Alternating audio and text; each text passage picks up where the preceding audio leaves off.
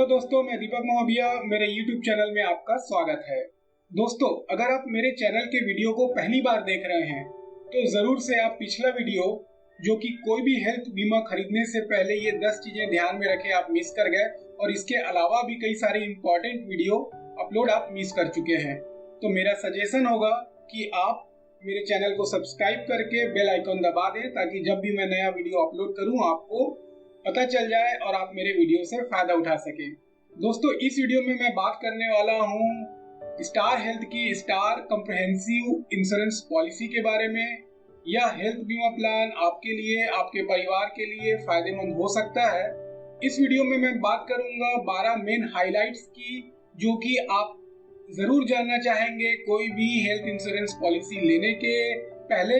ये हाइलाइट्स आपको दूसरे पॉलिसी को कंपेयर करने में भी फायदेमंद होगा। तो आगे बढ़ते हैं।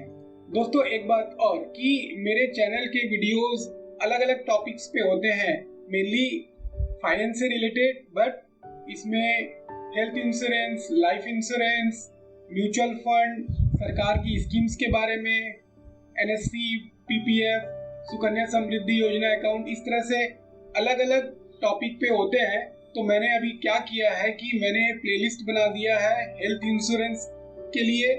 तो अब जो भी मैं हेल्थ इंश्योरेंस से रिलेटेड वीडियो डालूंगा आपको यहाँ पे मिल जाएगा। अब जैसे कि आप देख रहे हैं यहाँ पे, कोई भी हेल्थ बीमा खरीदने से पहले ये 10 चीजें ध्यान में रखें। ये मेरा पिछला वीडियो है। इसके अलावा भी मैंने कई सारे जो वीडियो डाले हैं हेल्थ इंश्योरेंस के ऊपर, उसको मैं यहाँ पे इस प्ले लिस्ट में डाल रहा हूँ, ताकि आपको एक जगह पूरा वीडियो एक टॉपिक पे मिल जाएगा। अब आगे बढ़ते हैं। तो हाइलाइट्स में पहला हाइलाइट है कि no capping on room rent. अब अगर कोई हेल्थ इंश्योरेंस लेता है और हॉस्पिटलाइजेशन की नौबत आ जाती है, तो उसमें फिर एक बड़ा क्वेश्चन होता है कि वो कौन से रूम में एडमिट हो। और अधिकतर होता ये है कि रूम के रेंट में कैपिंग होती है, कहीं 1000, कहीं 2000, कहीं कुछ। तो यहाँ पे उस वरी से बिल्कुल आजादी है, no capping on room rent. और ये जो नो कैपिंग है वो ऐसा भी नहीं कि जो अगर सम एश्योर्ड है उसके आधार पे और कुछ ज्यादा मिल जाएगा, नहीं। आप ये भी देख सकते हो कि कितने सारे सम एश्योर्ड के ऑप्शन हैं। तो पॉलिसी का नाम स्टार कॉम्प्रिहेंसिव इंश्योरेंस पॉलिसी। तो सम इंश्योर्ड ऑप्शन है 5 लाख, 7.5 लाख, 10 लाख, 15 लाख, 20 लाख, 25 लाख, 50 लाख, 75 लाख और 1 करोड़ का। तो 1 करोड़ तक के सम एश्योर्ड के लिए इस प्लान को लिया जा सकता है। दूसरा बेनिफिट है रिन्यूअल बेनिफिट। अब कोई पॉलिसी लिया है, 1 साल हो गया, ठीक है, अब वो रिन्यू करना चाहता है तो उसको क्या बेनिफिट मिल सकता है। तो यहाँ पे बेस्ट बेनिफिट है कि 100% increase in some insured upon A claim free renewal. मतलब जिस साल आपने पॉलिसी लिया है उस साल अगर कोई भी क्लेम नहीं होता है तो 100% इंक्रीज तक पॉसिबल है। साथ में इस पॉलिसी की खास बात यह है कि इसमें लाइफ लॉन्ग रिन्यूअल्स की गारंटी है। शायद इतना जानने के बाद में आप सोच रहे होंगे कि ठीक है, आगे बढ़ने से पहले ये तो पता कर लें कि इसमें एलिजिबल कौन कौन है। तो एलिजिबिलिटी में एडल्ट्स 18 साल से 65 साल तक इसमें पार्टिसिपेट कर सकते हैं, और डिपेंडेंट में 91 डेज से 25 साल तक। तो ये जो रिन्यूअल बेनिफिट्स में 100% जो इंक्रीज है उसमें थोड़े से कंडीशन है, वो यहाँ पे मैं आपको नहीं बताऊंगा, बट हाँ ये पॉसिबल है। समझ लो कि 100% तक का सम इंश्योर्ड आपको बढ़ जाएगा एज ए रिन्यूअल बेनिफिट अगर आप क्लेम फ्री रिन्यूअल करते हैं तो। तीसरा है, ये इम्पोर्टेंट है कि इसमें मिड टर्म इंक्लूजन पॉसिबल है। मतलब किसी ने सिंगल पॉलिसी ली और फिर उसके बाद में शादी होने के बाद में वो अपने स्पाउस को ऐड करना चाहता है तो वो पॉसिबल है। या फिर न्यू बेबी बॉर्न होने के बाद में उनको अगर ऐड करना है पॉलिसी में तो वो भी पॉसिबल है। अब पॉसिबल है तो कोई भी अगर नया इंक्लूजन होगा तो एडिशनल प्रीमियम तो लगेगा, तो वो एडिशनल प्रीमियम देना पड़ेगा। एक कंडीशन है, कंडीशन ये बोलता है कि the intimation about the marriage new born should be given with in 60 days from the date of marriage और न्यू बॉर्न।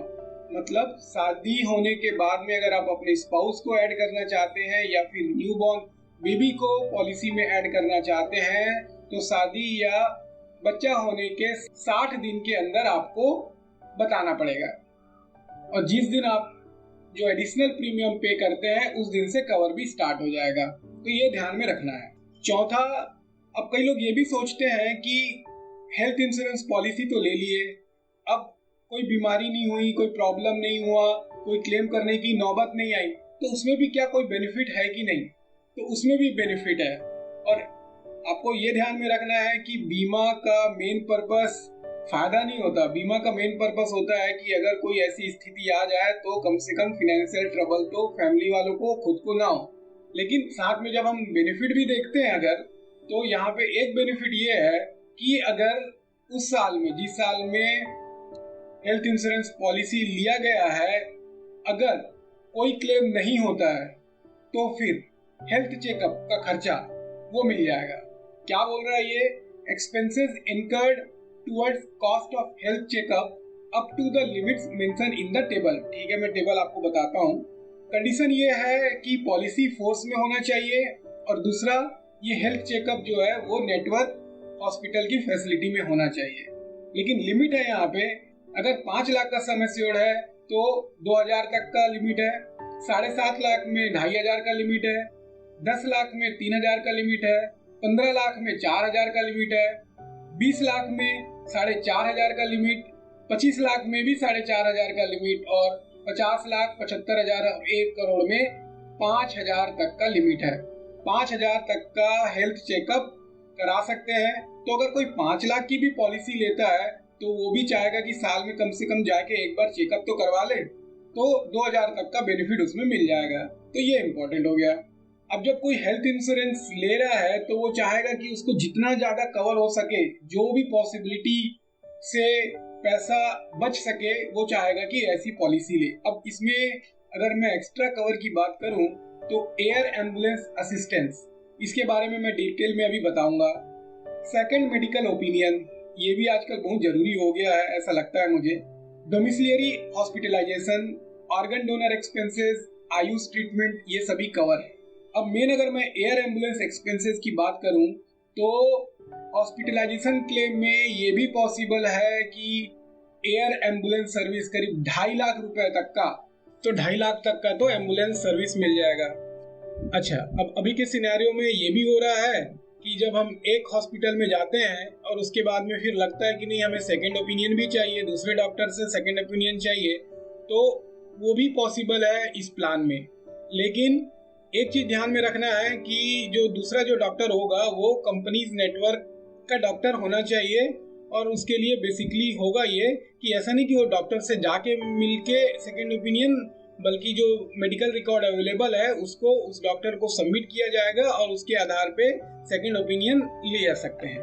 छठवा, ये भी इम्पोर्टेंट है। अब आपको तो मालूम ही होगा कि हेल्थ इंश्योरेंस में एक क्लॉज जो कि वेटिंग पीरियड का क्लॉज है, उसमें ऐसा होता है कि कई सारी बीमारियां, उसका वेटिंग पीरियड जो होता है वो कभी 12 महीना, कभी 24 महीना, कभी 3-3 साल तक का वेटिंग पीरियड होता है। इस पॉलिसी में ये पॉसिबिलिटी है कि जो प्री एग्जिस्टिंग डिजीज है उसको बाईबैक किया जा सके, मतलब कि जो वेटिंग पीरियड का जो ड्यूरेशन है वो कम किया जा सकता है। यहाँ पे जैसे दिख रहा है कि 36 महीने का अगर वेटिंग पीरियड है उसको 12 महीने तक लाया जा सकता है, बट उसके लिए यहाँ एडिशनल प्रीमियम पे करना पड़ेगा। बाकी डिटेल तो जब मैं आगे का वीडियो बनाऊंगा उसमें मैं आपको बताऊंगा। आगे के जो 6 हाइलाइट्स हैं मैं उसको आपको टॉप में बताता हूँ, जिसमें मुख्य है personal accident cover. Personal accident cover against death and permanent total disablement equal to the health insurance cover at no additional cost. इसमें पर्सनल एक्सीडेंट का कवर मिल रहा है। Automatic restoration, automatic restoration by 100% for subsequent hospitalisation even for the illness disease for which claims where made. तो ये भी एक अच्छी फैसिलिटी है कि ऑटोमेटिक रेस्टोरेशन पॉसिबल है। केयर बियॉन्ड कवर, तो इनका डिजीज मैनेजमेंट प्रोग्राम है, उसका भी फायदा मिलेगा। कवर फॉर मैटरनिटी, हाँ इसमें मैटरनिटी चार्जेस भी कवर हैं। नॉर्मल एंड सिजेरियन डिलीवरी का कॉस्ट कवर है। कवर्स कॉम्प्लेक्स मेडिकल प्रोसीजर्स, तो यह मेडिकल एक्सपेंसेस जैसे कि बैरियाट्रिक सर्जिकल प्रोसीजर्स को भी कवर करती है। डेंटल ऑप्थेल्मिक कवर, ये भी इस पॉलिसी में है। तो ये तो हो गए मेन हाइलाइट्स। इसके अलावा डिटेल्स जैसे कि प्री हॉस्पिटलाइजेशन में क्या कवर है, हॉस्पिटलाइजेशन में क्या कवर मिलेगा, पोस्ट हॉस्पिटलाइजेशन में क्या कवर मिलेगा, सम एश्योर्ड 5 लाख का या आगे का है तो उसमें ईयरली प्रीमियम कितना होगा, एक बार में कितने साल का प्रीमियम दे सकते हैं। तो ये सब जानकारी के लिए आपको मेरा इस टॉपिक पे अगला वीडियो देखना पड़ेगा, और उसके लिए मैं कहूँगा कि आप मेरे चैनल को सब्सक्राइब करके बेल आइकन दबा दें, ताकि जब मैं नया वीडियो अपलोड करूँगा इस टॉपिक पे तो आपको ढूंढने की ज़रूरत नहीं पड़ेगी। और बेस्ट तरीका, जैसा कि मैंने शुरू में बताया, कि आपको मेरे चैनल में आके मेरे प्लेलिस्ट में जाना है और उस प्लेलिस्ट में आपको हेल्थ इंश्योरेंस वाला प्लेलिस्ट ओपन करना है, ताकि आपको हेल्थ इंश्योरेंस से रिलेटेड पूरे वीडियो आपको आसानी से मिल जाए। इसके अलावा और भी दूसरे प्लेलिस्ट हैं जो अलग अलग टॉपिक पे हैं। अगर आप इंटरेस्टेड हैं दूसरे टॉपिक पे भी तो आप उसमें जाके आप देख के फायदा उठा सकते हैं। बाकी आप मेरे वीडियो को अगर पसंद करते हैं तो अपने दोस्तों में भी शेयर कर सकते हैं, ताकि वो भी इसका फायदा उठा सके। दोस्तों अभी के लिए इतना ही, इंतजार करिए मेरे अगले वीडियो का। धन्यवाद।